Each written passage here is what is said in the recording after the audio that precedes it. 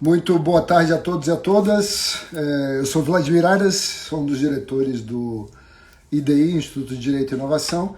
Eu gostaria de saudar a todos e a todas nesta tarde, em que nós teremos um importante debate com o professor Paulo Roberto de Almeida, que é diplomata e que falará com os participantes dessa live sobre um tema muito importante da atualidade, que é o tema mais na visão dele sobre os aspectos econômicos dessa guerra.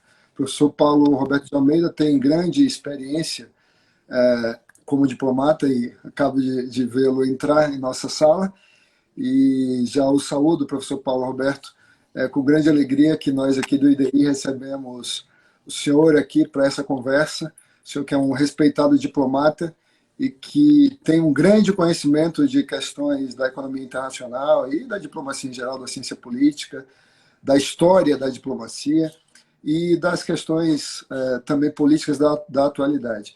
Então é um grande prazer recebê-lo aqui. O senhor tem a palavra aí para fazer uma saudação aos nossos ouvintes, aos nossos companheiros que nos assistem já nessa live do IDI.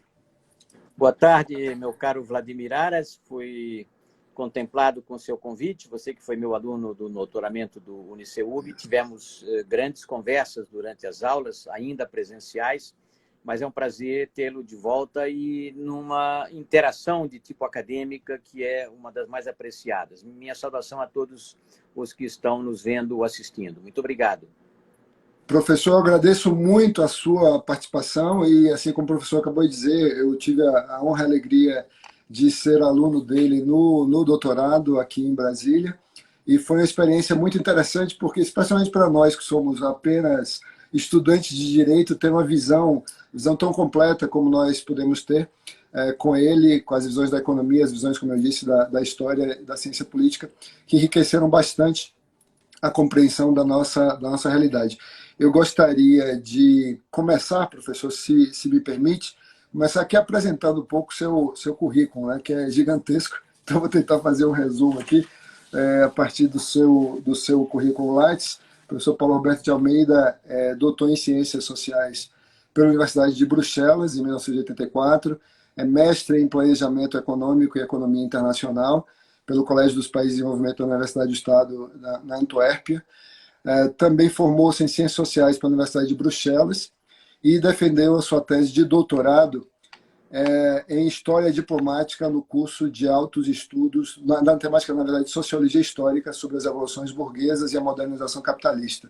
Além disso, fez uma tese sobre História da Diplomacia no curso de altos estudos do Instituto Rio Branco. O currículo é riquíssimo, então, para que nós possamos aproveitar o tempo ouvindo o professor, eu remeto vocês ao Lattes dele, que tem ali toda a produção intelectual do professor Paulo Roberto, e também a dois blogs que ele tem. Ele tem um blog chamado Diplomatizando, com dois Es, né?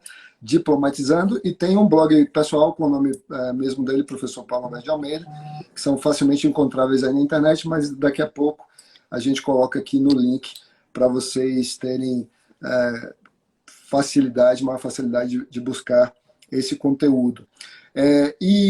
Professor, já que estamos no começo aqui, nesse começo introdutório, eu também já gostaria de dizer a quem nos acompanha que o professor Paulo Roberto, além de ser tão gentil e de participar conosco aqui dessa live no feriado, 21 de abril de 2022, o professor Paulo Roberto também preparou um texto, e esse texto já está disponível, um texto sobre o tema do que discutiremos hoje aqui, e esse texto já está disponível no perfil do professor Paulo, lá no Academia. Esse texto também ficará disponível no nosso site, no site do UDI, assim que nós concluirmos essa live. O texto é denominado A Guerra da Ucrânia e as Sanções Econômicas Multilaterais. Então, muito obrigado, professor, e o senhor tem a palavra aí para fazer suas considerações iniciais. Muito obrigado, caro Vladimir Aras. Eu costumo dizer que eu estou diplomata, não sou diplomata por vocação, porque minha vocação seria acadêmica, evidentemente, mas ao retornar de 7 anos de exílio estudioso na Europa, em 1977, não consegui concurso para alguma universidade imediatamente e abriu-se um concurso para o Itamaraty, aliás, um concurso direto, não o vestibular para o Instituto Rio Branco, né? Eu já estava no doutoramento, não iria voltar a ser aluno do Instituto Rio Branco, mas o concurso direto me oferecia a possibilidade de me tornar diplomata imediatamente. E a outra razão foi que eu tinha passado 7 anos escrevendo contra o regime militar e o concurso exigia uma passagem pela ficha no SNI, não é? Se eu estava fichado ou não como inimigo do regime. Não estava, entrei. Depois eu fui fichado logo no início do regime como diplomata subversivo, não é? Porque participei das campanhas pelo retorno à democracia, pela anistia, assessorei a campanha daquele general Euler Bentes Monteiro, que disputou com o Figueiredo as eleições indiretas em 78, né? Está lá no SNI, no Arquivo Nacional de Brasília, diretório do SNI, Paulo Roberto de Almeida, diplomata subversivo, participou da campanha do opositor, etc. Mas eu tive uma carreira muito feliz, porque eu nunca pedi nada a nenhum chefe para ser promovido ou para obter posse. Sempre recebi convites. Assim foram praticamente todos os postos que eu tive. Eu fui muito feliz, porque ao lado do trabalho propriamente diplomático, né, daqueles telegramas, daqueles memorandos, daqueles ofícios em diplomatês correto, eu me permitia viajar pelo país e estudar aquele país. Então foi assim, na Suíça, não apenas a Suíça, mas os temas multilaterais que fazem parte da vida da Suíça, né? Você tem agências multilaterais em Genebra, evidentemente. Zurique é uma capital financeira, na época em que se negociava os financiamentos para Itaipu. E depois tem o Banco de Basileia, que emitia brilhantes relatórios sobre a economia mundial. Depois eu estive num dos últimos socialismos do planeta, na Iugoslávia, antes dela se desfazer, não é? Onde eu terminei a minha tese de doutoramento, justamente. E viajei por todo o socialismo real, surreal, esquizofrênico, e também por todos os capitalismos ideais da Europa Ocidental. Então, isso me permitiu acumular uma boa experiência. Depois eu frequentei outros postos, inclusive Genebra, na área multilateral, durante a rodada do Uruguai. Estive em Montevidéu, não na nossa embaixada bilateral com o Uruguai, mas na delegação junto à LAD, né? Tratei de integração. Aliás, o meu primeiro livro foi sobre o Mercosul, que foi criado quando eu estava lá em Montevidéu, né? O Mercosul no contexto regional e internacional, de 1993. Hoje o livro está livremente disponível também na minha página do Academia Pontedou, junto com vários outros livros que eu publiquei ao longo dessas 4 décadas em que eu me exerci na diplomacia. Estive em Washington, cuidando das instituições de Bretton Woods, estive em Paris, além dos temas bilaterais econômicos na embaixada, seguindo a OCDE e, sobretudo, seguindo o Clube de Paris, não é? O Clube dos Países Credores. Então, isso me permitiu uma vasta experiência e praticamente todos os meus livros, eles são uma mistura do trabalho profissional, da observação dos temas da agenda econômica internacional, sobretudo, não é? Da experiência na Secretaria de Estado em temas da agenda econômica multilateral e do estudo, da pesquisa, das aulas que eu sempre dei, tanto em faculdades do Brasil quanto no exterior. Então, cada vez que eu recebo um convite desse tipo, e são centenas, não é? Eu já estou no meu trabalho 4.100 e não sei quanto, com 1.300 trabalhos publicados. Cada vez que eu recebo um convite desse tipo, eu me empenho não apenas em participar, oferecer um pouco da minha experiência e conhecimento acumulados, mas também de sintetizar o resultado dessa leitura, desses estudos, dessa experiência, num texto que eu ofereço a toda a minha audiência, digamos, né? E dessa forma também eu preparei esse texto sobre as consequências econômicas da guerra na Ucrânia e as sanções multilaterais, não é? E com isso eu me permito não ler uma palestra que teria virtudes normativas, mas sobretudo interagir com vocês e responder a perguntas. Mas quando eu recebi esse convite, eu fui imediatamente, como sempre faço, vou à biblioteca e retiro todos os livros sobre aquele assunto para poder sustentar historicamente, conceitualmente, do ponto de vista do direito, da economia, das relações internacionais, os argumentos que eu ofereci nesse meu texto, que está à disposição de tudo. Devo dizer a vocês que eu não sou nem do direito, nem da economia, nem da história, matérias em que eu transito regularmente, seja pela diplomacia, seja pela academia. Eu sou de ciências sociais, né? Sou da tribo dos sociólogos, que não tem muita importância, né? Porque eles produzem mais déficit público do que boas ideias, diferente dos economistas, e do pessoal do direito, mas eu vou buscar as informações que eu necessito. Então, fui na biblioteca do Itamaraty e retirei alguns livros, entre esse, um dos últimos publicados sobre a segurança coletiva. É um estudo sobre o funcionamento da ONU do ponto de vista da segurança, ou seja, o Conselho de Segurança, as suas formas de atuação, não é? Também retirei uma tese do curso de altos estudos de um colega meu, Marcelo Baumbach, que foi porta-voz no final do governo Temer, hoje é embaixador, se não me engano, no Suriname. Marcelo Baumbach fez uma brilhante tese do curso de altos estudos sobre as sanções no Conselho de Segurança, examinando, portanto, não apenas esse instrumento do Conselho de Segurança, as sanções econômicas, as políticas, mas também a participação do Brasil, a prática brasileira, não é? Também me dediquei um pouco a temas das sanções no sistema internacional, está aparecendo aí inversamente, não é? Mas o livro se chama Sharpening Professor, posso ler International aqui os... Sanctions, né? Aperfeiçoando o regime de sanções na ONU, isso vem depois do Iraque, não é? De 1996, esse livro. E tem um livro muito antigo, que tem um nome muito ambicioso, não é? De dois especialistas americanos que eu conheci, aliás, em Washington. Quando estive em Washington, eu frequentei muito o Institute for International Economics, que hoje é chamado de Peterson Institute of International Economics. Tanto o Gary Clyde Hufbauer e o Jeffrey Schott eu conheci lá no Instituto, junto com o John Williamson, um homem do Consenso de Washington, como todos sabem, e eles publicaram um livro enorme, de 800 páginas, chamado Economic Sanctions Reconsidered, History and Current Policy. Na verdade, todas as sanções aqui, talvez 95% sejam sanções unilaterais dos Estados Unidos, não é?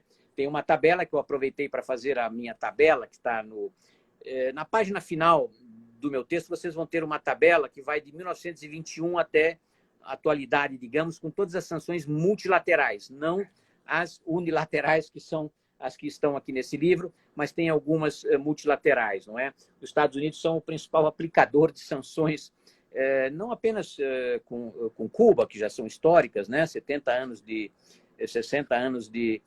sanções, mas também contra os próprios Estados Unidos. Tem ali a história das sanções contra o governo Goulart, em 1963, 64. Professor, né? se o senhor me permite, se o senhor me permite, eu gostaria de comentar um pouco as suas considerações iniciais, porque o senhor já retratou uma das coisas que eu gostaria de dizer nesse início, que é justamente a riqueza da sua produção bibliográfica.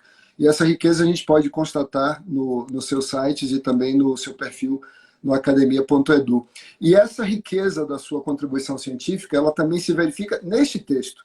Esse texto, eu tenho lido bastante sobre essa questão das sanções econômicas no contexto da guerra da Ucrânia, e sem dúvida, assim, não porque o senhor está aqui, mas sem dúvida o seu texto foi o mais rico, porque trouxe os aspectos históricos, citando aí esses autores que o senhor já trouxe aqui, e eu separei aqui essa bibliografia que o senhor apresentou, Marcelo Baumbach, Sanções do Conselho de Segurança, Direito Nacional, é um livro publicado pela FUNAG, o outro de Hofbauer e de Schott, que é esse que o senhor acabou de mencionar, sobre as sanções econômicas consideradas os aspectos históricos, e também o livro de Mulder, né, que o senhor também mencionou e cita bastante, das sanções econômicas como um instrumento de guerra, né? E nós aí teremos a oportunidade de ouvir o senhor falar um pouco sobre esses aspectos nessa trajetória riquíssima que o senhor teve na diplomacia, nesse retrato que o senhor nos traz aqui, inclusive algo que eu não sabia de seu currículo, o senhor ter participado da rodada do Uruguai, tão importante para que nós tenhamos hoje a Organização Mundial do Comércio, né? Então, professor, se o senhor puder já então começar a descrever essa sua percepção sobre a história das sanções econômicas no contexto das guerras e talvez um pouco antes disso falar, como o senhor diz no texto, sobre a motivação econômica das guerras, né? A motivação econômica das guerras, começando talvez lá de Troia, para que nós saibamos se Troia realmente ficou sitiada por causa de Helena ou foi por outro motivo. Pois não. A Guerra de Troia, ela aparece em primeiro lugar em todos os livros de história, né? Porque ela tem aquela grande poema homérico, tanto a Ilíada quanto a Odisseia são dois grandes poemas, mas aí ela mistura história factual e falcatruas dos deuses, digamos. Os deuses estavam sempre interferindo nas guerras gregas, não é? Havia sempre aquele apelo. É diferente o Homero, evidentemente, né, que perdido lá na história, e eu já digo de imediato que a Helena não tem nada a ver com a Guerra de Troia, não é? E sim rivalidade comercial entre a própria Grécia, ou as grandes cidades-estado comerciantes da Grécia, da Península Grega, e os gregos que foram sendo exportados ao longo do tempo para suas colônias, na Ásia Menor, no sul da Itália, no norte da África, e sempre houve essas guerras, não é? Dos gregos contra os persas, dos gregos contra os troianos, dos gregos contra os fenícios, não é? E depois dos romanos, etc. Então, ela sempre tem motivações econômicas ou, por vezes, de paixões e interesses, não é? Existe um livro muito interessante do Albert Hirschman, que foi um grande latino-americanista americano, aliás, alemão, fugido para os Estados Unidos durante a guerra, durante o nazismo, que escreveu um livro chamado, já deve estar traduzido para o português, As Paixões e os Interesses. Ou seja, além das motivações econômicas das guerras, não é? Paixões e interesses também são os grandes motivadores, pode estar na origem da Guerra de Troia, mas subjacente, evidentemente, o interesse econômico. Ele dizia mais ou menos o seguinte, que, seguindo Montesquieu, não é? O comércio seria um pacificador natural, e, no entanto, não é, porque já antes da Grande Guerra, antes da Guerra de 14, não é? Um grande jornalista inglês, que depois recebeu o prêmio Nobel, Norman Angell, escreveu um livro chamado The Great Illusion, A Grande Ilusão. Ele previa o final das guerras, porque a integração econômica naquela fase de globalização pré-Grande Guerra era tão intensa que nenhum país ousaria entrar em guerra contra eventuais opositores econômicos, porque a destruição seria maciça. No entanto, houve, e não apenas a primeira, como a Segunda Guerra, né? Ninguém poderia prever uma tal destruição da Segunda Guerra, não apenas por interesses econômicos, aquela coisa das rivalidades imperialistas que os marxistas sempre falam, mas das loucuras dos homens, não é? Dos impérios centrais na Grande Guerra, não é? Império da Prússia, Império Austro-Húngaro, Império Czarista, que foram os que iniciaram a guerra, não é? As democracias ocidentais não queriam, e na Segunda Guerra também mais ou menos a mesma coisa, o expansionismo militarista dos estados fascistas, não é? Eu, antes de receber esse convite, eu já tinha começado a ler o livro do Nicholas Mulder, no meu Kindle, né?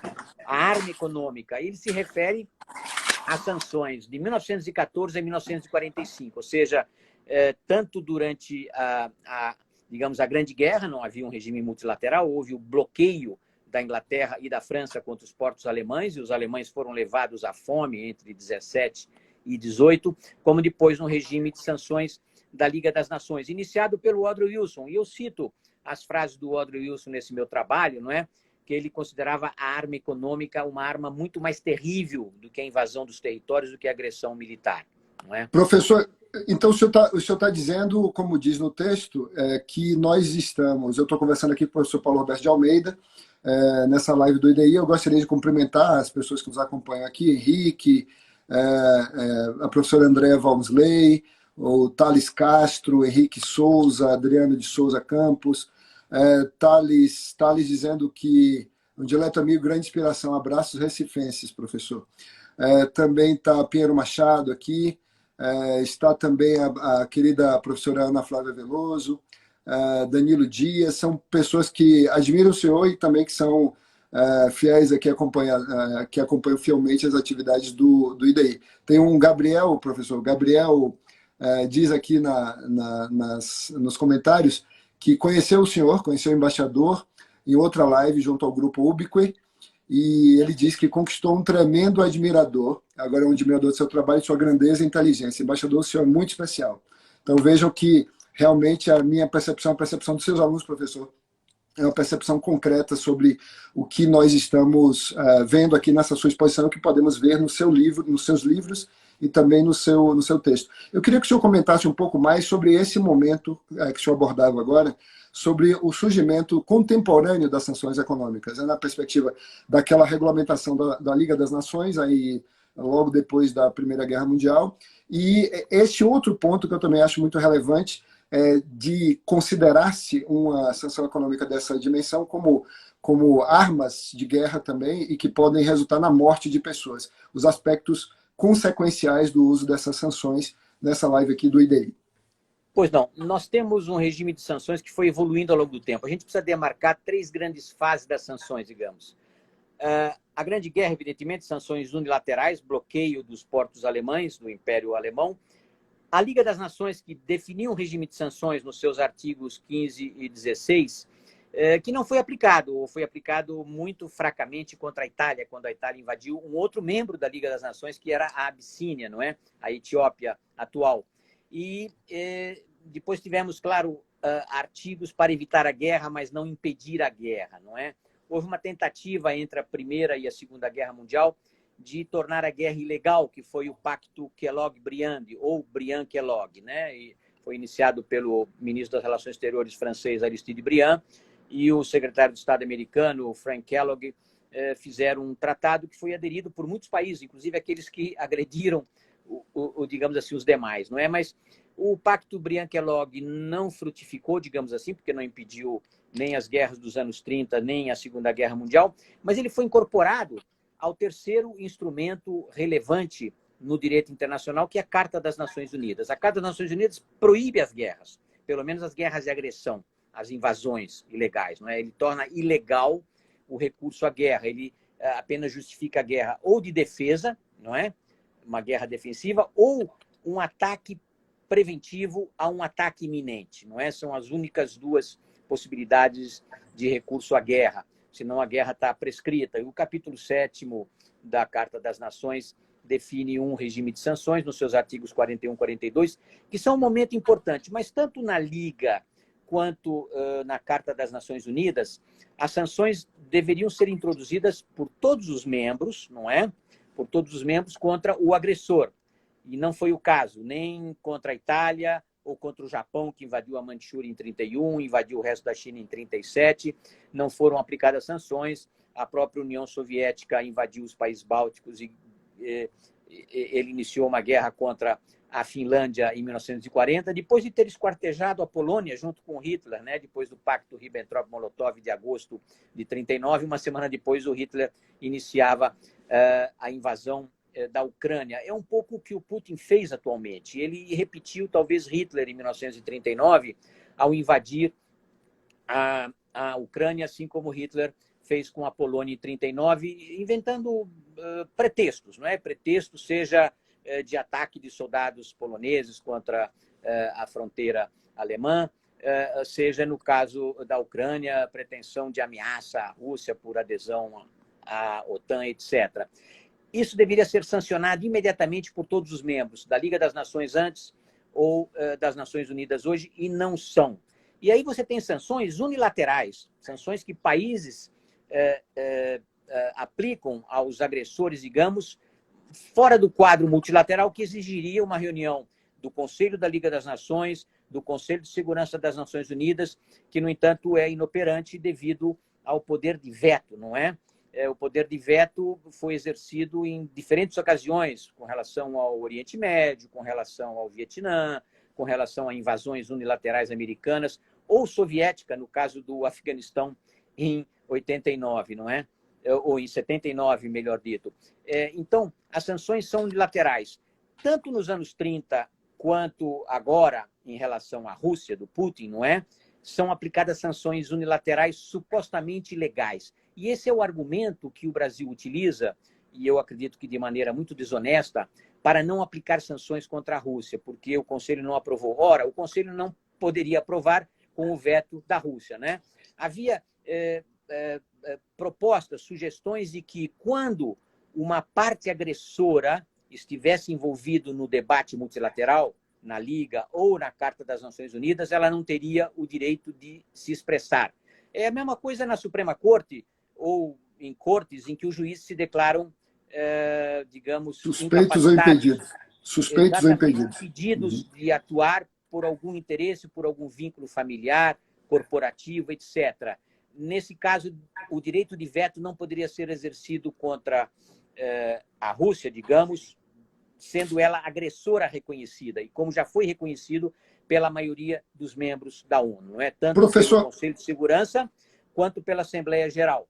No caso, ela veta qualquer decisão. Assim como a Corte Internacional de Justiça já declarou a ilegalidade do ataque à Rússia, e isso será confirmado até o final do ano, não é? Quando o Pleno discutir o relatório do relator, e a Corte Internacional da Justiça já declarou que a Rússia deveria retirar suas tropas imediatamente, mas essa decisão, quando for tomada, ela não pode ser aplicada pela Corte, que não tem dentes, digamos assim. Essa decisão da Corte Internacional de Justiça teria que passar para o Conselho de Segurança, que é o único que tem condições de aprovar sanções efetivas, não é? E diga-se de passagem, a Carta das Nações Unidas, originalmente, também previa forças armadas da ONU. Uma comissão militar dirigida pelos 5 membros permanentes deveriam colocar tropas à disposição da ONU, o que nunca ocorreu. Porque em todas as intervenções, eu estou falando de peacemaking, né, e não apenas de peacekeeping, peacemaking missions, começando com a Coreia em 1950, elas foram aprovadas multilateralmente, mas quem mandou tropas foram os países, não é? Eles podem usar ou não capacete azul, como fizeram na Primeira Guerra do Golfo em 91, ou capacetes americanos, como foi o caso na libertação do Kuwait, não é? E na Coreia também. Na Coreia eram tropas da ONU, mas eram tropas americanas e de aliados da OTAN, não é? professor, e aproveitando aí que o senhor mencionou a Rússia, e já nos aproximando aqui mais concretamente do tema da Ucrânia, e para falarmos desses eventos tão interessantes do ponto de vista econômico, do ponto de vista das relações internacionais, também do direito internacional, dessas consequências dessa invasão ucraniana, eu gostaria que o senhor comentasse um pouco sobre o papel de Putin nessa história. O senhor o denomina logo no começo do texto de déspota neoczarista. Qual é o interesse de Putin nesta invasão? Interesse puramente econômico? Como é que o senhor vê isso? Quais são as motivações da Federação Russa para essa guerra? Olha, assim como Hitler fez tudo aquilo que a gente sabe, sobretudo na segunda metade dos anos 30, porque ele queria resgatar a humilhação imposta à Alemanha em Versalhes, em 1919. A Alemanha teve que assinar, aí já estamos falando da República de Weimar, não é? A Alemanha teve que assinar um tratado no qual ela era reconhecida como culpada e pagar reparações até os anos 60, 40 anos de reparações, um peso enorme sobre o seu PIB. E, além disso, ela estava impedida de militarizar a Renânia, ela estava impedida de exercer plenos poderes nas Forças Armadas, não é? Então, essa foi uma humilhação que aquele caporal,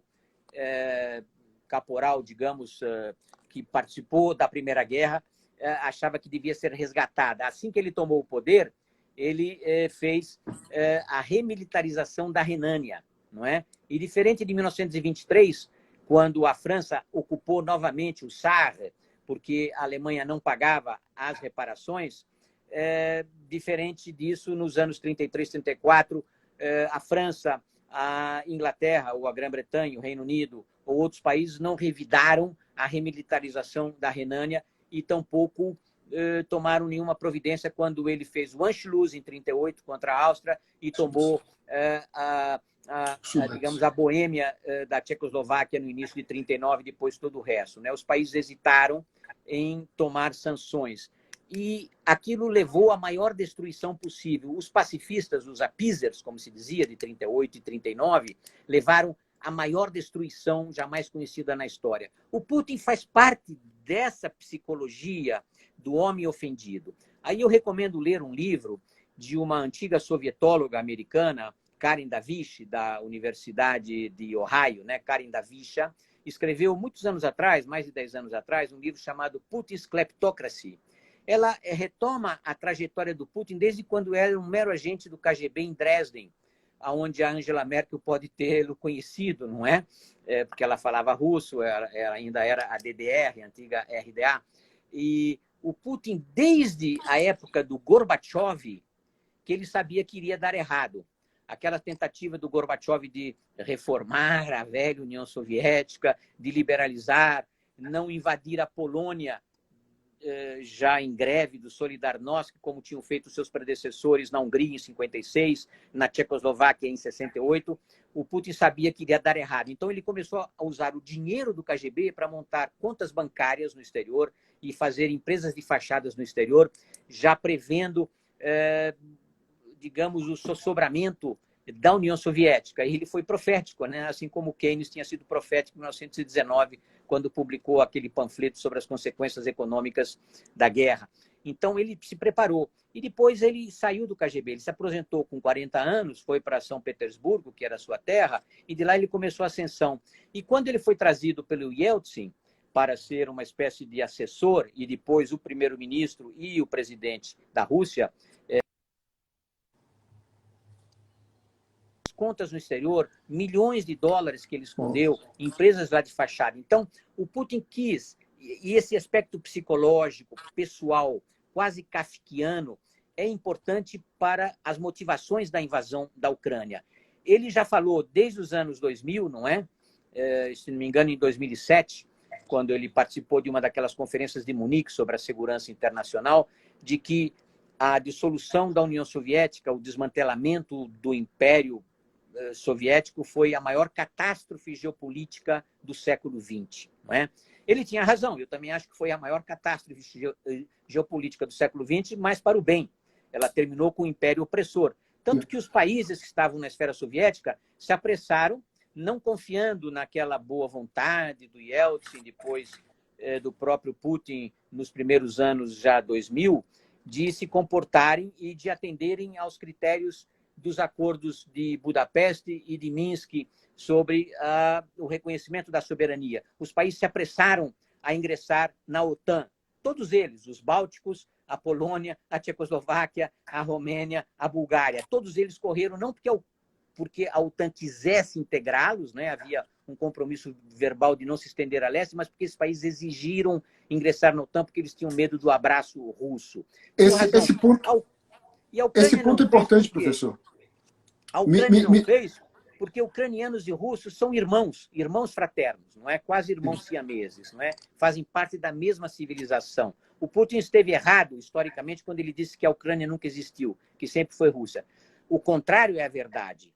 A Ucrânia existia antes da Rússia e foi ela que deu aquele espírito de Kiev para a formação da Moscóvia e depois o Principado de Moscou, etc. Então, o Putin tem essa motivação de resgatar as fronteiras do antigo império, inclusive nas fronteiras do sul, da Ásia Central, não é? Todos se lembram que muito antes, algum tempo antes da invasão da Ucrânia, quando o preço do petróleo começou a aumentar, houve protestos em muitos países, inclusive no Cazaquistão. O Putin mandou tropas russas para o ditador do Cazaquistão reprimir a sua população e mataram manifestantes pacíficos contra a elevação dos preços.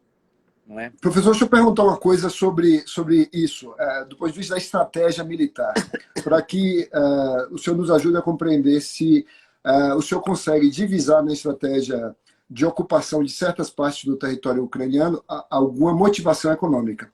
Esse é um ponto importante no seu texto.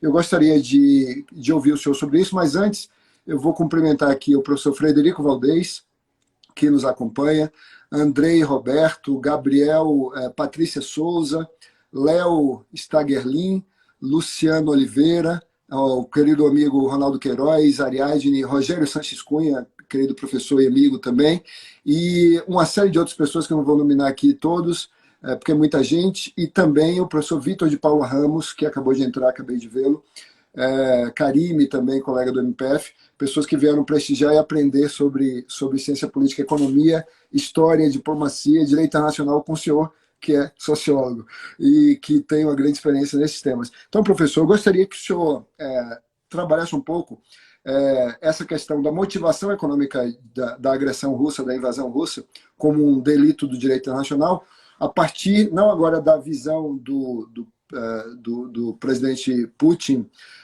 como esse saudosista, digamos assim, né, esse neo-czarista, como o senhor denominou, déspota, mas do ponto de vista das relações da Ucrânia, ou potenciais relações da Ucrânia, com o resto da Europa, especialmente com a União Europeia, e se o senhor vê aí o gás, o petróleo, óleo e gás, como uma arma de guerra de parte a parte, nesse contexto tão tumultuado e que já tem cobrado tantas vidas humanas. Olha, interesses econômicos podem existir tanto pelas terras férteis. A Ucrânia era o graneiro da Europa antes da Grande Guerra, não é? Antes da destruição da Grande Guerra e depois do isolamento da União Soviética. Era o graneiro. Odessa era o grande porto de exportação de grãos, de trigo, hoje de óleos comestíveis, etc. E também passagem para a Europa Ocidental. Enfim, havia também esse interesse econômico, mas eu acredito que ele seja secundário em relação aos interesses estratégicos, geopolíticos de dominação, né? Aí a gente está falando de duas conformações psicológicas, mais históricas, civilizatórias, digamos assim, que são muito diferentes.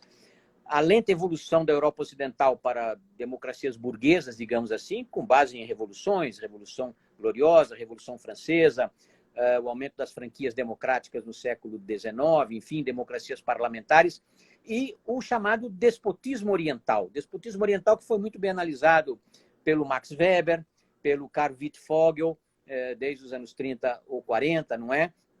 Que é a civilização chinesa, não é? O despotismo oriental, e a própria Rússia. A Rússia que nunca teve democracia, assim como o Império do Meio nunca conheceu a democracia. E foram territórios invadidos, né? Os hunos invadiram toda a Europa Ocidental, ou quase toda, não é?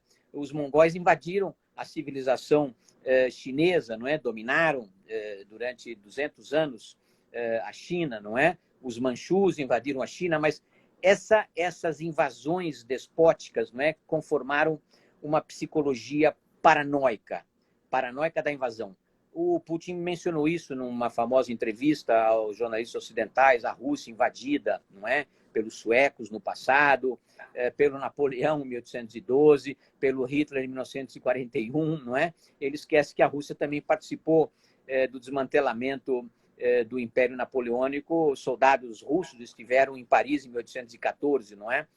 Junto com os trabalhos do Congresso de Viena, não é? Mas a Rússia também invadiu o Império Otomano. A Primeira Guerra da Crimeia, 1853-1856, é uma guerra da Rússia contra o Império Otomano, ajudado por França e Grã-Bretanha, não é? Foi uma guerra em que todos perderam, digamos assim, não é? A Rússia se impôs em Sebastopol, na península da Crimeia, que é efetivamente Rússia, mas foi uma guerra de invasão, como ela fez com todas as satrapias do sul, toda a Ásia Central, até os Balcãs, não é? Ela só não entrou na Segunda Guerra na Iugoslávia porque o Tito, que era um comunista, mas que tinha estado na Guerra Civil Espanhola, não permitiu que o Exército Vermelho entrasse na Iugoslávia. Senão, também a Iugoslávia estaria dominada pela linha da cortina de ferro, digamos, né? A Iugoslávia, aliás, era o único país da Guerra Fria que dialogava de igual para igual com as potências ocidentais e com as potências socialistas, digamos assim, União Soviética. Os iugoslavos eram os únicos que tinham visto para os dois lados sem nenhum problema, não é? Aliás, o Tito recebeu muita ajuda americana e inglesa para combater os nazistas na Península Balcânica, não é? Então, você tem uma psicologia do temor de invasão, o que é uma reação normal, né, para grandes impérios, não é? E tem uma psicologia do glacis, daquele terreno de proteção, aquele colchão de abrigo contra invasões. Então, a União Soviética, antiga Rússia czarista, sempre tiveram essa preocupação de se defender da Alemanha, da Prússia, da Áustria, não é? E de outras potências por um território neutro. E o que o Putin fez na Ucrânia, na verdade, foi tentá-la transformar numa Bielorrússia. Esse era o objetivo primeiro da invasão da Ucrânia. A questão da OTAN não estava em consideração, na verdade. Era uma cortina de fumaça, uma alegação infundada, não é? A Ucrânia não tinha condições de ingressar na OTAN, nem a OTAN faria esse gesto. A OTAN teve a experiência da Geórgia, em 2008, que foi invadida pela Rússia brutalmente, não é? A Geórgia foi invadida e teve uma parte da Geórgia do Norte retirada, assim como a Moldávia, não é? Então, todos tinham medo da Rússia e a OTAN não faria essa provocação. Mas é, então, uma tentativa de introduzir esse colchão de segurança, não é? A Ucrânia deveria ser uma terra de segurança, como a Bielorrússia foi. E o pretexto também foi de política, digamos assim, porque tanto a Ucrânia quanto a Bielorrússia pela sua população, não pelos seus líderes, tentaram entrar na União Europeia, não é? Toda a Europa que podia virar próspera, bem-estar, democrática, liberal, ingressou na União Europeia mais até do que deveriam fazê-lo, não é? A União Europeia saiu de 6 para 12, para 15, para 21, depois para 28 países, inclusive Bulgária e Romênia, que não estão muito ajustados ao espírito europeu, pela corrupção, pela economia, pelo espaço de Schengen, por todos os critérios de segurança, de economia, de moeda comum, de qualquer outro critério de instituições democráticas, nem Romênia nem Bulgária poderiam ingressar lá na União Europeia facilmente, não é?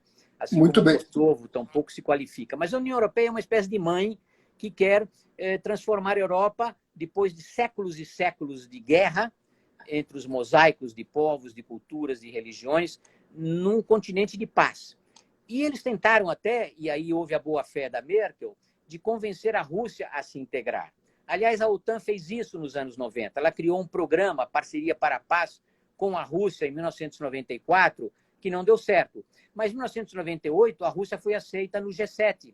O G7 virou um G8 de 1997 e oficialmente desde 2001 até 2014, até a Segunda Guerra lá da Crimeia, ou até a invasão e o sequestro da Crimeia, quando a Rússia foi retirada do G8, não é? Mas a Rússia foi, por exemplo, reconhecida como economia de mercado desde 2001 pelo G7 de Kananaskis, no Canadá, quando ela nem estava no GATT, nem na OCDE, nem tinha nenhuma das instituições de economia de mercado, como a China já tinha. Em 2001, quando a China ingressou no GATT, já OMC, ela vinha de 14 anos de negociações com o GATT. Eu estava, aliás, em Genebra em 87, quando a China pediu para entrar no GATT, né? Foi um grupo de trabalho que durou 14 anos. Então, a China foi admitida em 2001, mas ainda não tem o Estatuto de Economia de Mercado, o que foi oferecido à Rússia gratuitamente em 2001. E ela absolutamente não correspondeu a esse desejo de democratização que os ocidentais tinham com ela. Não só os Estados, as instituições multilaterais. Tanto China quanto Rússia foram aceitas imediatamente nas organizações de Bretton Woods, assim que terminou o socialismo, não é? Foram aceitas nas instituições de cooperação econômica multilateral, com características próprias, é verdade. Agora, a motivação principal é essa. Tanto o povo da Bielorrússia ou da Belarus, como o povo ucraniano, queriam ingressar na União Europeia. E isso Putin impediu. Impediu em 2003, 2014 na Bielorrússia e impediu em 2014 na Ucrânia. E aproveitou a confusão criada pelas revoltas de Maidan, não é? Quando destituíram o presidente pró-russo que impediu os acordos com a União Europeia e se refugiou até em Moscou. Eles aproveitaram, o Putin aproveitou para tomar a Ucrânia, que é evidentemente russa, pela sua constituição, pela sua formação como posto militar, né, em Sebastopol, mas ela pertencia à Ucrânia desde 1954. E não devemos esquecer que a União Soviética reconheceu duas outras entidades, porque a antiga União Soviética, desde o Lenin, e o Putin culpou o Lenin por isso, tinha repúblicas federadas da União Soviética, União das Repúblicas Socialistas Soviéticas. E em 1945, quando se fez o novo esquema da ONU, a Carta das Nações Unidas, o Stalin quis colocar as 15 repúblicas soviéticas como partes independentes para ter votos na Assembleia Geral, não é? Os americanos falaram, bom, se isso for possível, eu vou colocar os 50 estados americanos como membros da ONU para ter votos na Assembleia Geral. Bom, eles deixaram apenas duas repúblicas federadas, Ucrânia e Bielorrússia, tiveram votos na ONU. Eles votavam, evidentemente, com Moscou, mas eles eram votos independentes no Conselho, Professor, não tanto lá no Conselho, mas lá na Assembleia Geral. Não é? Professor, já que o senhor falou aí dos Estados Unidos agora, e há pouco o senhor falou da China, eu tenho uma pergunta sobre isso, né? O senhor menciona, em certo momento, faz um comparativo histórico entre Esparta e Atenas, e China e Estados Unidos, né? Eu gostaria de ouvir o senhor sobre isso, mas antes, tem uma pergunta aqui do Gabriel. Pois não. Ele pergunta ao senhor se existe alguma possibilidade, mesmo pequena, de a Rússia ser expulsa da cadeira permanente do Conselho de Segurança. Isso naquele contexto que o senhor explicava, as dificuldades de manejo das relações internacionais, dos conflitos internacionais, quando um dos envolvidos no diferendo é um dos 5 membros permanentes com poder de veto. Olha, existe sim essa possibilidade, porque a Carta da ONU dá poder à Assembleia Geral de decidir expulsar um membro que não respeita a Carta da ONU. Ou seja, é o caso da Rússia. A Rússia ofendeu o artigo 2º da Carta da ONU, uma agressão não motivada, não é? Então, ela poderia ser expulsa. O problema é que a iniciativa parte do Conselho, ou seja, tanto a suspensão dos direitos, um país que não paga, digamos, tem os seus direitos suspensos, tanto a suspensão quanto a expulsão podem ser decididas pela Assembleia Geral, mas a proposta tem que partir do Conselho de Segurança, ou seja, ela não se aplica aos 5 membros permanentes, porque qualquer um tem o direito de voto. Então, o problema está no direito de voto, que só será superado quando houver uma reforma da Carta. Isso vai demorar muito tempo, né? Quando o mundo se tornar realmente multipolar, não é? Quando as grandes potências perderem uma parte do seu poder, não é? Quando as potências médias emergirem e, digamos, uma maioria maciça na Assembleia Geral se declarar favorável à reforma da Carta, aí será uma pressão moral sobre os grandes para trocarem o direito de veto, que é uma paz armada, é uma paz dos mais fortes, não é? Mas é a consequência da Segunda Guerra. Por quê? Porque na Primeira Guerra, o Conselho da Liga das Nações poderia, teoricamente, aprovar sanções contra quaisquer membros, não havia direito de veto, não é? Só que isso nunca foi feito, porque não há, digamos, um instrumento de segurança coletiva. É um instrumento de segurança coletiva que não tem dentes, tanto na Liga quanto nas Nações Unidas. Nas Nações Unidas, se houvesse uma comissão militar, não é? Ela poderia ter dentes, mas a comissão militar também depende dos 5 membros, ou seja, há esse veto do veto.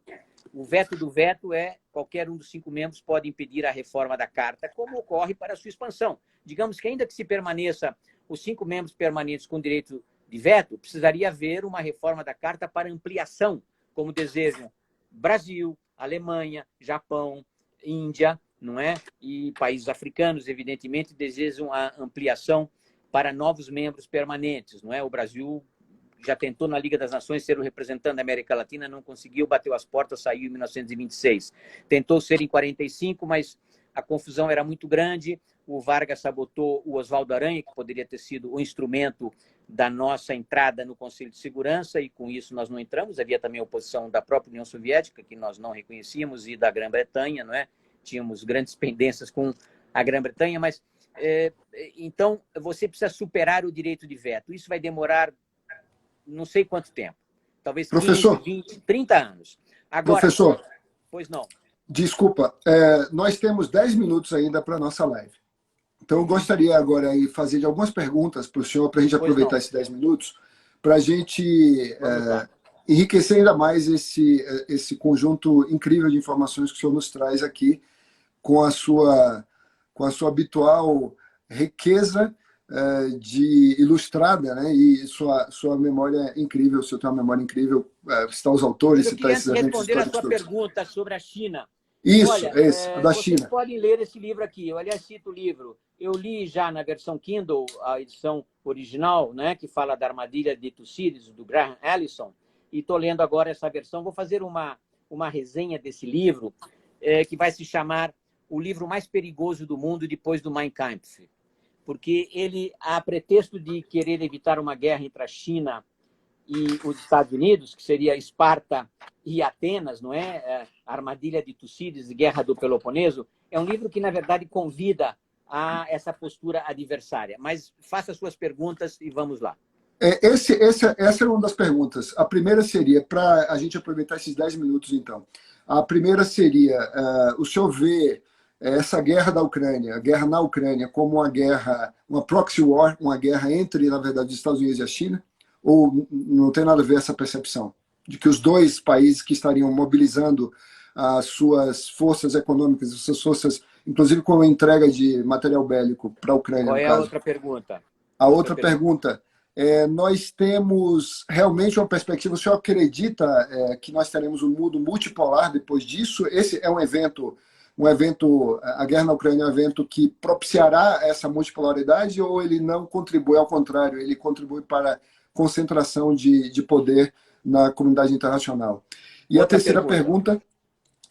pergunta é sobre a moeda. Essas sanções econômicas que o senhor estudou e já apresentou aqui para nós, elas têm um foco no euro e no dólar, né? Isso pode levar ao fortalecimento do renminbi, do yuan conversível, ou mesmo do rublo, que é uma moeda fraca, ser utilizada nas trocas internacionais. Como é que o senhor veria esses pontos? Vejamos, primeiro a questão do mundo multipolar. Não vamos esquecer o seguinte, a conformação atual do sistema internacional, que não é bem um sistema, não é? É uma anarquia multilateral, porque você não tem um poder supranacional, a ONU é apenas um proxy poder, não é? Mas depende dos Estados-membros. Esse sistema dos Estados nacionais, que é um sistema westfaliano, confirmado no Congresso de Viena, confirmado nas negociações de paz de Paris de 1919 e nas Nações Unidas, na Carta de São Francisco, que, diga-se de passagem, começou em Dumbarton Oaks, em 43, 44, não é? Em Dumbarton Oaks estavam apenas 4 potências, ou, digamos, 3 potências apenas: Estados Unidos, União Soviética e Reino Unido. A China foi convidada porque era importante para o cenário da guerra asiática dos Estados Unidos e da própria Grã-Bretanha contra o Japão, não é? Então, essa conformação de Estados nacionais, ela é uma conformação que tem 400 anos no máximo e 200 e poucos anos no sentido diplomático atual, não é? Desde o Congresso de Viena, passando pelas 2 grandes resoluções do século XX, não é? Os impérios são muito mais resilientes. O Império Chinês, apesar das 26 dinastias, durou 2.000 anos ou mais de 2.000 anos, não é? O Império Romano, o Império Otomano duraram mais de 6 séculos, não é? Então, os impérios são realmente relevantes em termos de ordem imposta, em termos de moeda, de comércio, de finanças, de segurança, de paz. Pela maneira despótica, os impérios dominam o seu território próprio, as jurisdições tuteladas vizinhas, não é? Impõem a paz, impõem a segurança, impõem a sua ordem política. O Império Romano, ele impôs a paz desde a Gália até os Balcãs e até a Germânia, até a Britânia, até a fronteira da Escócia, evidentemente. Durante 200, 300 anos houve paz. Todo mundo era latinizado, digamos, e imperadores nascidos na Espanha ou nos Balcãs se tornaram imperadores do Império Romano. O Império Bizantino demorou 1000 anos mais, não é, para acabar, como está no grande livro do Edward Gibbon, né, sobre a queda do Império Romano. E você teve, então, impérios durante muitos anos. Então, essa caminhada para o mundo multipolar, ela se dá realmente, não tanto pelos Estados nacionais, mas pelo que a gente pode classificar de globalização. E globalização eu costumo distinguir entre a globalização micro, aquela que é feita pelas empresas, pelos mercadores, pelos missionários, pelos aventureiros, pelos descobridores, e a globalização macro, aquela que é determinada pelos Estados, nos acordos de Bretton Woods, na OMC. Essa globalização macro, na verdade, é uma antiglobalização, porque ela tenta controlar algo que é feito de maneira anárquica pelos comerciantes, pelos aventureiros, pelos soldados, não é? Pelos missionários. Então, a globalização continua e ela, então, desfaz um pouco esse sentido imperial, porque os impérios transacionam. O Império Romano transacionava com a China, não é? Marco Polo foi à China. Então, a transição para o mundo multipolar vai ocorrer pela economia, pela globalização micro, mas a globalização macro, ela dificulta um pouco as coisas, não é? Pelos regimes de defesa, pelos tratados militares, etc, etc. Quanto a ser a Ucrânia uma proxy war, talvez fosse um cálculo de Xi Jinping, quando ele fez essa aliança com o Putin, que já previa, digamos, essa recuperação do Império Soviético, né? O Xi Jinping é um imperador. A diferença do Deng Xiaoping e dos 3 outros imperadores menores, não é? Pós-Deng Xiaoping, que já estavam num sistema de rotação do poder, sistema helvético, ou seja, fica um mandato, fica 2 mandatos, depois vem a nova geração e substitui. O Xi Jinping virou um imperador e ele quer restaurar o prestígio do antigo império do meio, que tinha o Xinjiang, que era o Cazaquistão chinês, tinha o Tibete, que era tutelado, tinha talvez a Coreia, também era um reino tutelado, o Vietnã do Norte, pelo menos, tutelado, até o Japão, meio tutelado pelo Império do Meio, não é? Então, você tem ainda o resto, que é Taiwan, Hong Kong, Tibete e Xinjiang, um pouco rebeldes. Ele queria passar a história como o grande imperador que restabeleceu o prestígio do antigo Império do Meio, total e absoluto. E nisso ele se enganou um pouco, porque ele achava que seria fácil ao Putin provar que é possível, sim, dominar uma província rebelde e o Ocidente ficar quieto. E o Ocidente não ficou quieto dessa vez. O Ocidente ficou quieto em várias outras circunstâncias, na África do Norte, no Mali, na Guerra do Congo, em Ruanda e nos Balcãs, em parte, ficou quieto, mas pressionado pela opinião pública, a OTAN foi lá para guerrear contra a Sérvia, né? No caso da Bósnia, no caso do Kosovo. E ficou quieto no caso do Iêmen, que é o caso mais clamoroso que a gente tem há 20 anos, que há uma destruição do Iêmen por intervenção da Arábia Saudita, antes do Egito, do Nasser e da própria Síria e do Irã agora. O Irã fornece armas para a revolta de uma das partes das tribos iemenitas, né? Mas o Iêmen vem sendo absolutamente destroçado e o Ocidente não reagiu, como no caso da Ucrânia, porque eles eram loiros, eram europeus, eram cristãos. Então, o Ocidente reagiu. Por quê? Porque ele sentia como a Ucrânia seria uma parte da própria União Europeia, da paz europeia,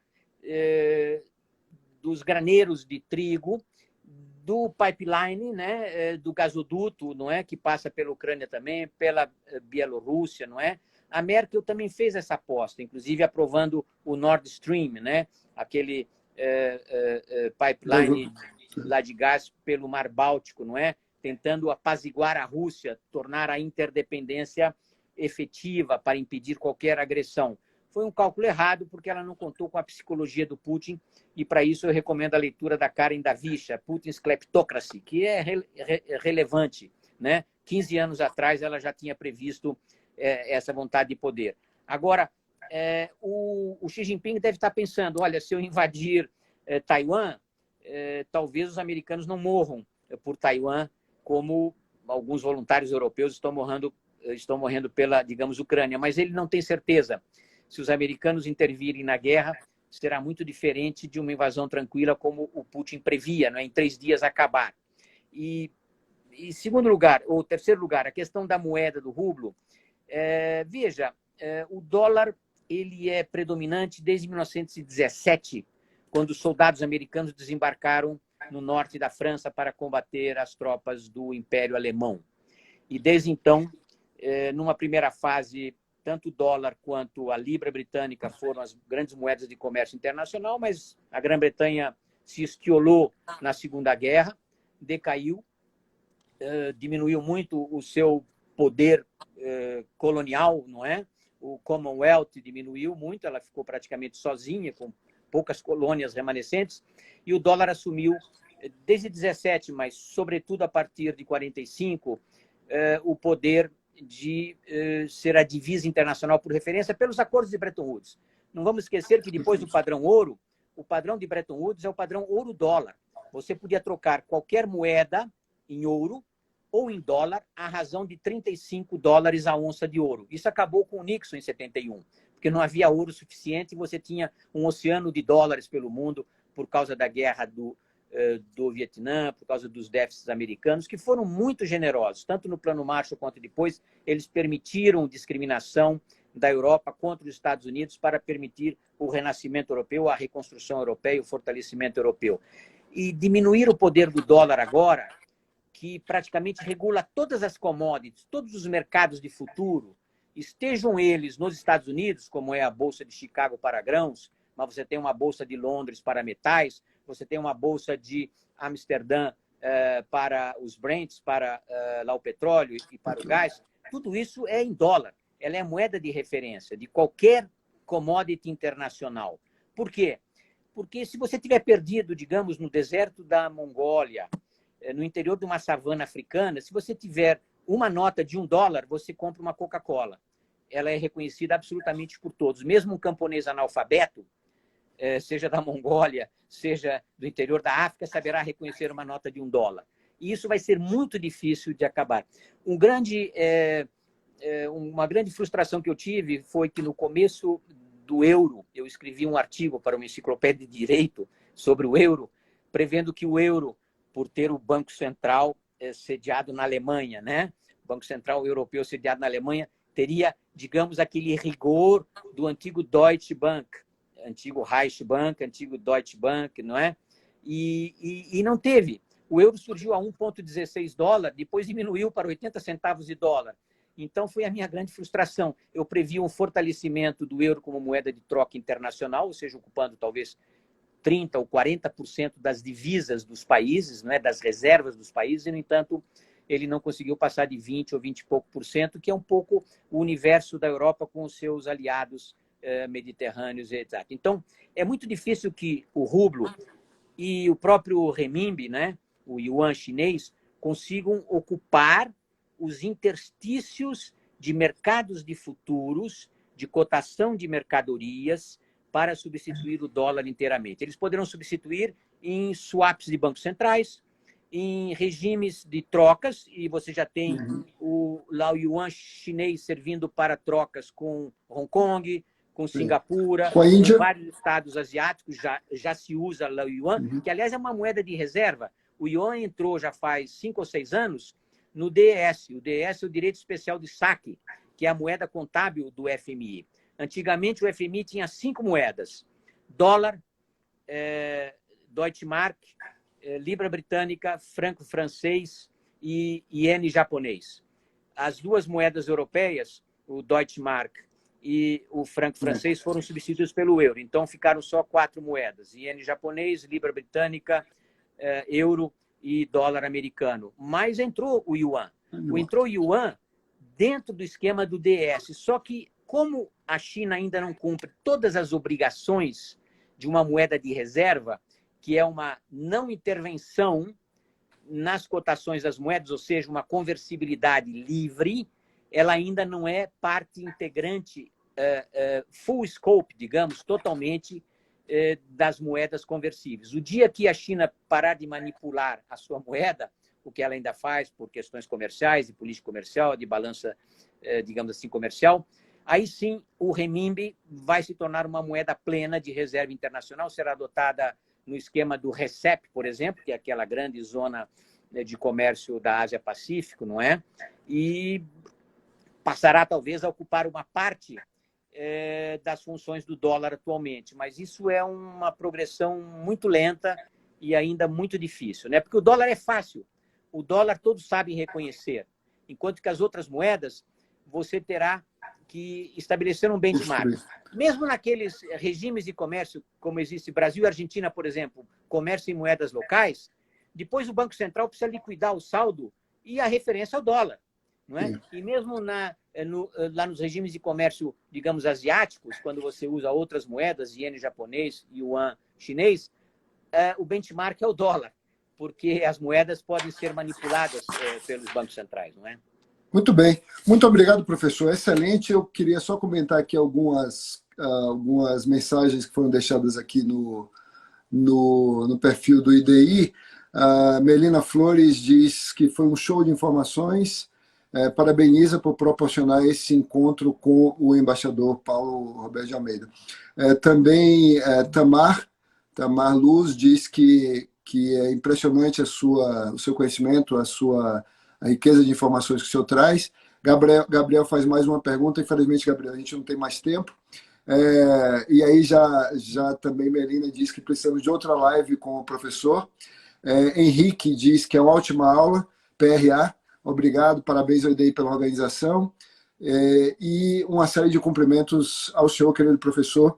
Eu fico muito grato. Infelizmente, nós vamos ter que encerrar depois dessa hora de muita informação, muita análise riquíssima sobre, como eu disse no início, que era de esperar, história, sobre economia, sobre direito internacional. o que retrata bem a sua trajetória no Itamaraty, sua trajetória acadêmica. E, de novo, eu recomendo o blog do professor, Diplomatizando, com 2 Es, Diplomatizando. A gente vai colocar depois na descrição do vídeo aqui, lá no YouTube também, quando for postado no YouTube. Lembro, para quem chegou depois, que o texto que o professor Paulo Roberto de Almeida preparou para esta live, com a generosidade e o espírito científico dele, esse texto estará disponível também no link lá no YouTube e no nosso site. Já está disponível no perfil do academia.edu, que é o texto A Guerra da Ucrânia e as Sanções Econômicas Multilaterais. Um tema interessantíssimo e que nos faz pensar sobre, como ele deixou bem claro, as motivações econômicas das guerras, as consequências econômicas de uma guerra, inclusive do ponto de vista do sofrimento humano sobre isso, e todos esses temas tão complexos que ele domina tão bem, que simplificou para todos nós aqui nesta tarde, 21 de abril de 2022. Eu queria agradecer ao professor e dar a palavra a ele para as suas considerações finais. Olha, eu muito agradeço o convite, meu caro aluno, agora chefe de turma, não é? Chefe de um bloco do seu ID, pelo convite. E eu não tenho nada excepcional. O que eu tenho é experiência, não é? A velhice traz alguma experiência. Eu sou protagonista dos assuntos do Brasil e do mundo desde o início dos anos 60, né? O golpe militar me fez despertar para a política, para o conhecimento. Passei 7 anos na Europa como estudante, viajei muito, estudei, dei aulas e estou sempre lendo. Agora estou tentando impedir uma nova guerra entre os 2 grandes impérios da atualidade. Como eu disse, esse livro aqui vai ter uma resenha minha que vai se chamar O Livro Mais Perigoso do Mundo desde o Mein Kampf. Então, muito obrigado. Até a próxima vez. Obrigado, professor. Bom resto de feriado e boa semana, bom final de semana a todos. E estaremos aqui sempre no IDI propiciando esse tipo de debate, um debate com profissionais respeitados nos diversos segmentos do direito, da economia, da ciência política, da diplomacia. E eu peço a todos que sigam o professor Paulo Roberto de Almeida no perfil dele, sigam também o IDI, deem like aí nesse vídeo, compartilhem, e nós estaremos aqui para contribuir com esses debates tão importantes para a atualidade. Até a próxima.